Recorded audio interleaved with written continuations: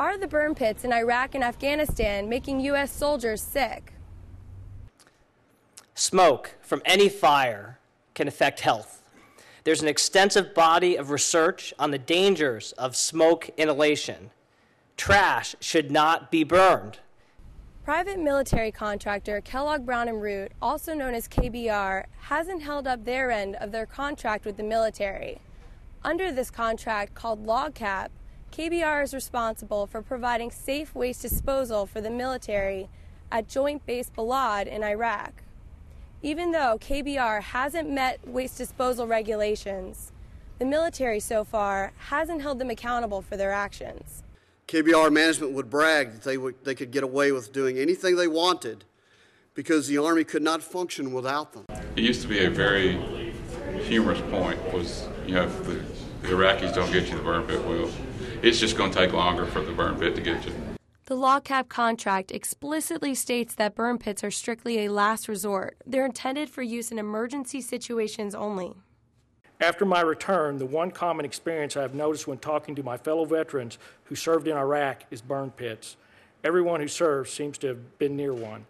At Joint Base Balad, the burn pit is accompanied by a swimming pool, a subway, and a movie theater with Dolby surround sound. By continuing to use these burn pits and claiming that these sites are expeditionary, KBR is able to drag out the life of the LogCap 3 contract and continue to get taxpayer dollars. They are categorized so that you can continue the same old contract, which would have been the LogCap contract, and not have to have rebid or anything like that. I mean, that's an incentive that's perverse because it hurts taxpayers and it also hurts soldiers, in my judgment. The LogCap contract forbids certain hazardous materials from being disposed of in the burn pit, including PCBs and nuclear, medical, and biological waste. Guidelines also prohibit disposal of petroleum, oil, solvents, and lubricants in burn pits. I saw Kellogg Brown & Root employees burn all of these items in burn pits in Iraq.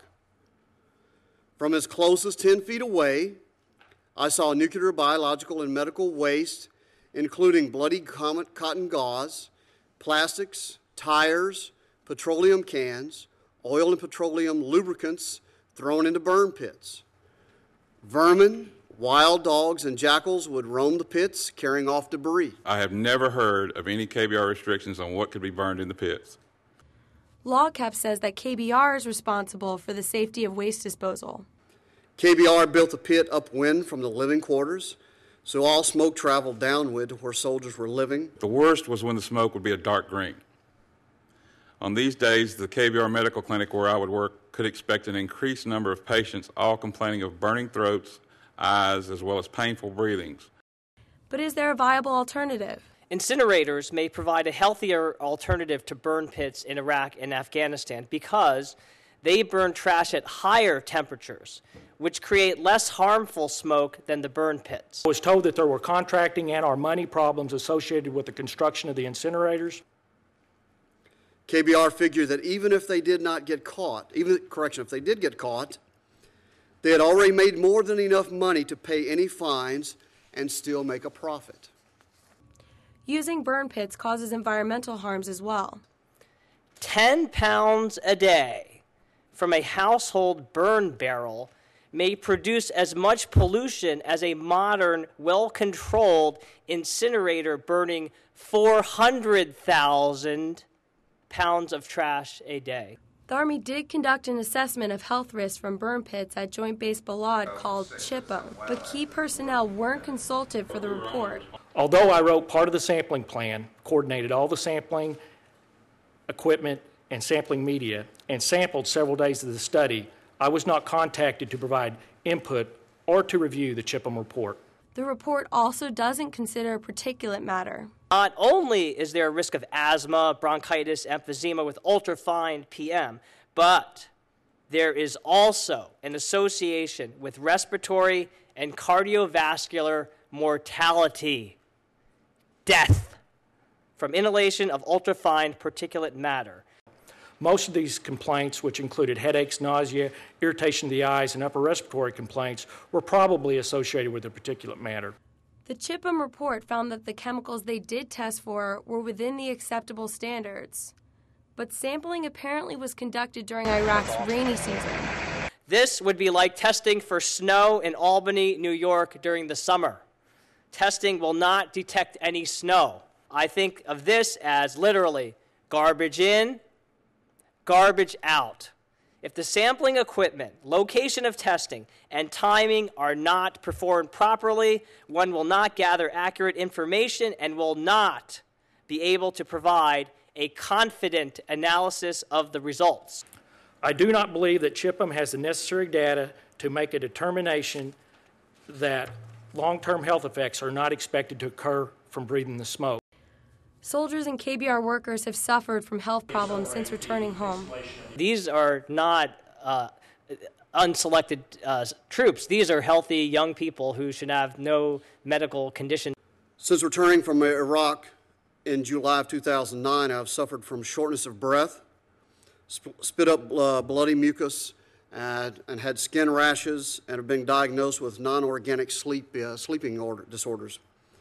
I'm here today to share with you, and I witnessed at the burn pits, how it has affected my health and KBR's effort to keep this information from the public. This past June, I advised KBR officials that I was experiencing difficulty with the functioning of my left leg and arm. I'm disappointed in what I received in return for my service. As you might imagine, there's no need for a paramedic who is experiencing neurological problems and weakness on one side of his body.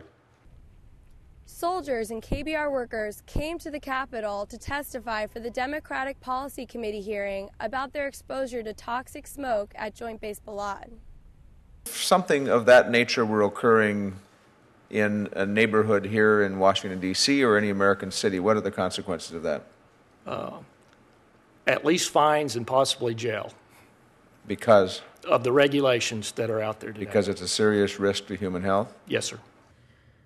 KBR published facts about burn pit litigation on their website where they allege that KBR never provided support services for the burn pit. But this contradicts their contract, which states they are responsible for the burn pit. The contract also states that the site will have random safety inspections. When I tried to report violations, I was told by the head of KBR's Health, Safety, and Environmental Division to shut up and keep it to myself. At one point, KBR management threatened to sue me for slander if I spoke out about these violations. KBR was able to get away with this because the Army never enforced the applicable standards. Rather than the Army preventing their exposure by enforcing regulations, the victims are left to try and get compensation in court. My claim is still being appealed and everything as we speak, but it's going to be a very long process. It was not. It's being fought by a company that I'm sure we all know who exactly I'm talking about. The taxpayers gave $750 million to them. KBR, being a corporation, is ultimately responsible to their bottom line. They were reluctant, they didn't care because it was all about the almighty dollar. They're willing to trade person's health for profit. And they could easily do that being outside of the continental United States. How unbelievably fleeced we have been by contracting, and also how soldiers' health and lives have been put at risk. The Army sets regulations for KBR. If the Army doesn't hold them responsible for those regulations, who will?